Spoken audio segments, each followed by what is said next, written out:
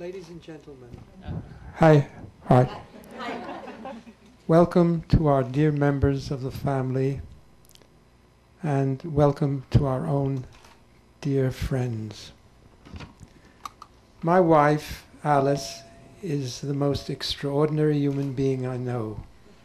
She's a true disciple of Aaron, who loved peace and pursued peace and loved one's fellow creatures and attracted them to the Torah. Words cannot adequately describe Alice, but one can begin to list her attributes: love, compassion, empathy, humility, patience, tolerance, charity, and spirituality. And just as Alice so often, her ways are pleasant ways, and all her paths peaceful. She is prominent in the gates as she sits among the elders of the land. Many women have done well, but she surpasses them all.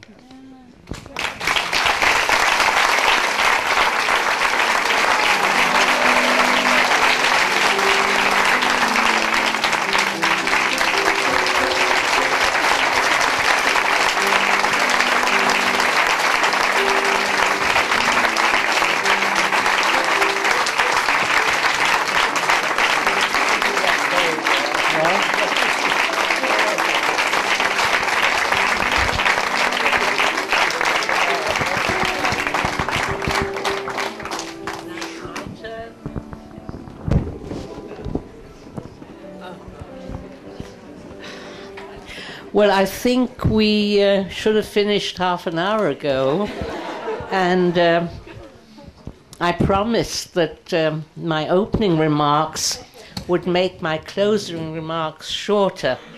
I hope I'll be able to fulfill that promise, but there are so many people I have to thank. And first of all, I want to stress that this is actually the 4th time I've been honored by the New Israel Fund. The first time, Shifra Bronchick, who was one of the organizers of the first time, was in 1994 in New York. Then there was another occasion when Eliezer Yari suddenly presented me with a painting based on Alice in Wonderland at one of the board meetings. Some of you may remember it. Then in London a couple of years ago, and now I think sort of the jewel in the crown. I assume this is positively my last performance.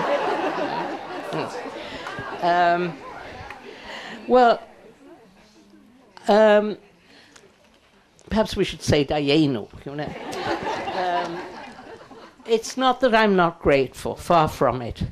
I'm profoundly moved, and some of you may have noticed, moved to tears, right, by the friendship, even the love that have found expression in this superbly organized evening, right? Being honored by the New Israel Fund and the Daphne Fund, for me, is profoundly gratifying. Yeah? As I never tire of asserting, the New Israel Fund is, to my mind, one of Israel's greatest organizations. To use a female image, it has served as a midwife and a wet nurse, an enabler and nourisher to innumerable worthy organizations, helping to create and to sustain a much-needed and fortunately burgeoning civil society. Innumerable initiatives which have as their major goal to ensure that Israel be a democracy based on freedom, justice, and equality. I think it's fair to say that these organizations have not only empowered individuals and groups that would otherwise be disempowered in the many minorities that make up a large part of our society: Arabs, Ethiopians, new immigrants, and of course women, who, though we can hardly be called a minority, nevertheless enjoy, if that's the right word, endure minority status, right? I was privileged to to found the Israel Women's Network. And I remember when we first started in 1984, shortly afterwards we heard that there was this new fund. We were desperate for money. I mean, we had no money. Everybody was working on it. We had no staff, paid staff. We were all working on a completely voluntary basis out of my house most of the time. Right? And we heard that there was this fund. So we went along and we met someone, I can't remember her name, that may be Freudian, a very nice office in Kiryat Shmuel, and we told her what we were doing, and she said, oh, the New Israel Fund doesn't do women. Right? Well, it's now become, I think, a transformative force in Israel, and I'm proud to be a part of it. And I take great pride in sitting through those board meetings, by the way. I think you have the most impressive board I've ever encountered, and the standard of the discussions is, I think, remarkable. Now there's this additional thrill of being honored by the Daphne Fund, which was established, as you heard, by my dear friend and colleague, Daphne Israel, Zichronah Livracha. Daphne was a friend, a colleague, a fellow fighter on behalf of women and women's rights. She was a true feminist, and by that I mean that she viewed and evaluated issues according to the principles of equality, justice, and human rights. She taught me and others the rule of kama velama, how many and why. Whenever you see a list of prize winners, of appointees, of important people, of the government, you ask, how many women, comma, and why so few or none, right? And I think we learned to look at that. I think that really sort of inspired the work we were doing. Where are the absent women, right? She was a mentor. She encouraged others, particularly her students, to develop and to advance professionally. She was a pioneering researcher in the field of women's issues, women's studies, right? Who herself fought the battle for recognition of women's studies as a valid academic discipline. She actively encouraged others to engage in similar research. And it was she who suggested that the Israel Women's Network establish a research center which was, by the way, the first one under her chairpersonship to investigate and to publish a very important paper on trafficking of women in Israel. This was a phenomenon.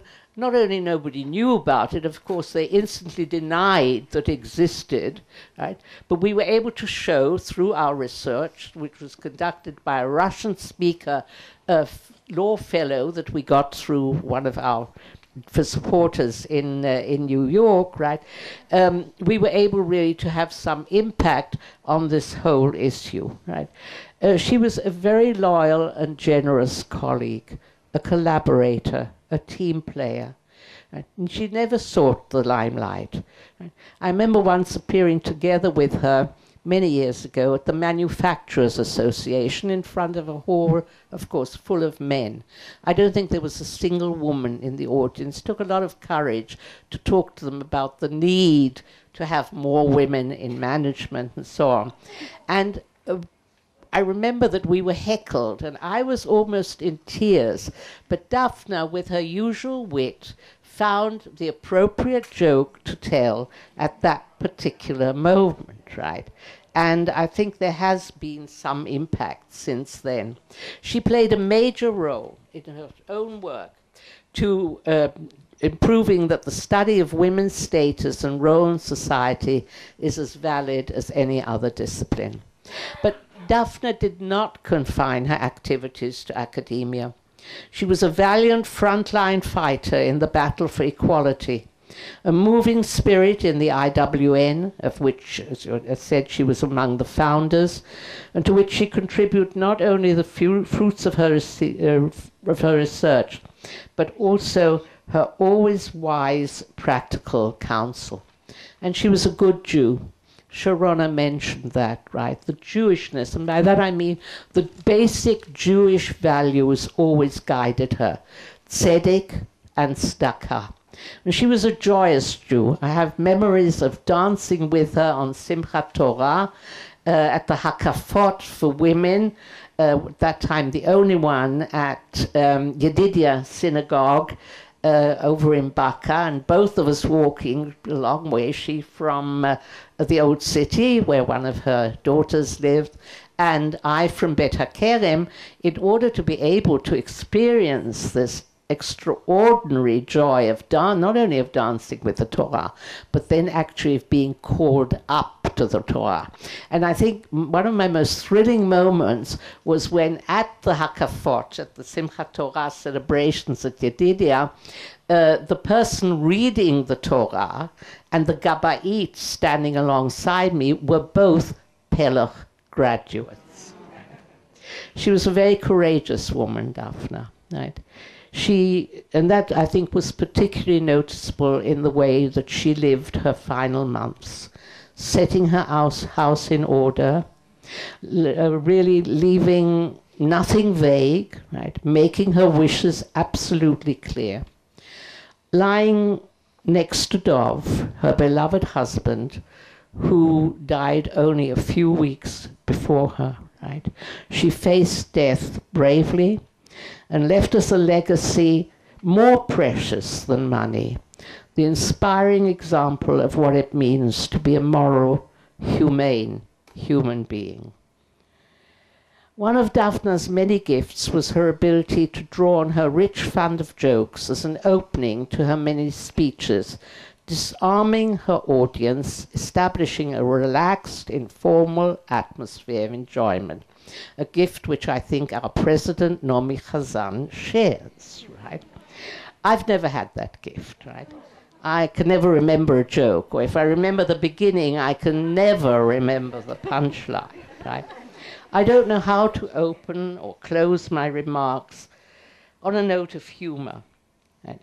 I want, therefore, to express, by an ending, to express my enormous, enormous gratitude, not only to the New Israel Fund and the Daphne Fund, but also to the numerous people who've helped, encouraged, and sustained me throughout my life, both private and public.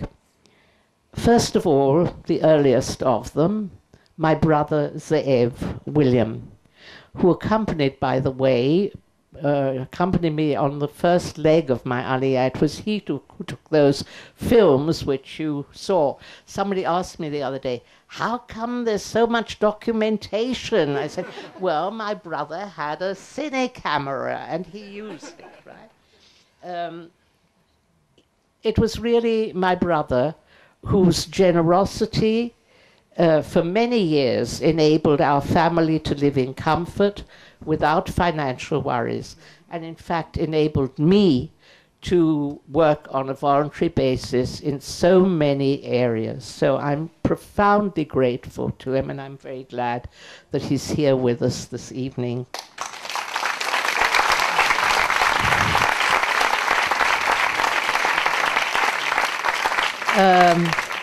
Secondly, well, it's now clear, Moshe, my beloved husband and partner of 61 years.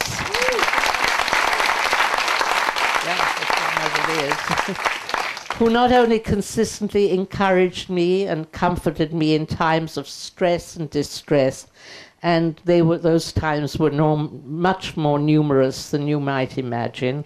I wept a lot during my last years at Pelach when I was at such fierce attack, both for my feminist activities, challenging the chief rabbis, for example, and for my political activities in meeting with Palestinian women, right? Now, Moshe is a feminist. Those of you who know him know that very well. And his profound feminism ultimately found inspired expression in the years he devoted to the publication of his magnum opus, the comprehensive historical encyclopedia of Jewish women. 5 years of actual work, which followed a lot of years of looking for the funding for it. It was edited by Professors Paula Hyman of Yale and Professor Dalia Offer of the Hebrew University. This is not a commercial, because it is actually now available on the website of the Jewish Women's Archive. And you can look it up, and I recommend it. My children who, certainly since the mid-1970s, bore my frequent, often prolonged absences fairly stoically, and who have, I hope, forgiven me for being what Winnicott generously referred to as a good enough mother. My colleagues, my fellow fighters in the pursuit of equality, justice and peace, and especially those who for 15 years were my allies in the Israel Women's Network. And it's wonderful to see so many of you here, and that tremendous staff who composed and performed the wonderful song. Right? There they are, and I cannot tell you how proud I am of all of you, as well as people like Tammy Biton, in what you are doing today in your professions to advance not only women, but society as a whole, right? And finally, right, I must acknowledge my circle of friends, dear friends, right, who so generously and lovingly supported me, both at the Pella School and at the Israel Women's Network, supported me morally and financially. And I must mention some of them, who I'm happy to say are with us tonight. First of all, Barbara Dobkin, currently the chairwoman of the Daphna Fund, right? The Wonder Woman, whose watchword was, "We'll make this happen," and she did, right? Mary Ann Stein, a former president of the New Israel Fund, who gave me a tremendous support and encouragement, and for me serves as a role model in her dedication to peace, the public good, and especially minority rights. Sally Gottesman, whose initial phone call when she came to Israel as a newly minted alumna of Wellesley College, which also spawned not only Hillary Clinton, but also Mary Ann Stein. What a record, right? Okay. That phone call led me to engage Sally as a volunteer, very efficient volunteer at the Israel Women's Network. Right? She unfortunately left Israel and went to do an MBA at Yale, but she's given me invaluable advice on how to put my life in order. And her instructions, too, are pinned above on the shelf above my desk. They include learning to say no. I'm afraid I haven't quite internalized that lesson yet. And she paid me the ultimate compliment of naming her daughter after me. So there's now a little Alice as well as me. And there's so many others here this evening in the room tonight, too many to mention by name, but I think you all know who you are. The NIF family, its outstanding, dedicated staff, and last but by no means least, the Daphna Fund, its board members, and the entire Israeli family, especially Daphna and Dov's children, who are carrying on their parents' tradition of Tikkun Olam. If I've left anybody out, forgive me. It's not for lack of gratitude. Right? It's just that my memory is failing. But it was wonderful to see so many faces and then rack my brain What's the name? Right? Okay. I hope you don't think this is inappropriate, but I want to thank God. Because without the faith that I've had, without the sense that somewhere there is a divine presence which inspires, which guides, which leads us on, right, to seek the messianic times, to seek a time when the whole world will be one of love and justice. Without that, I could never have done what I think I managed to do. I want to thank all of you for a wonderful evening, an unforgettable evening, and I hope it has not been too prolonged or boring for any of you.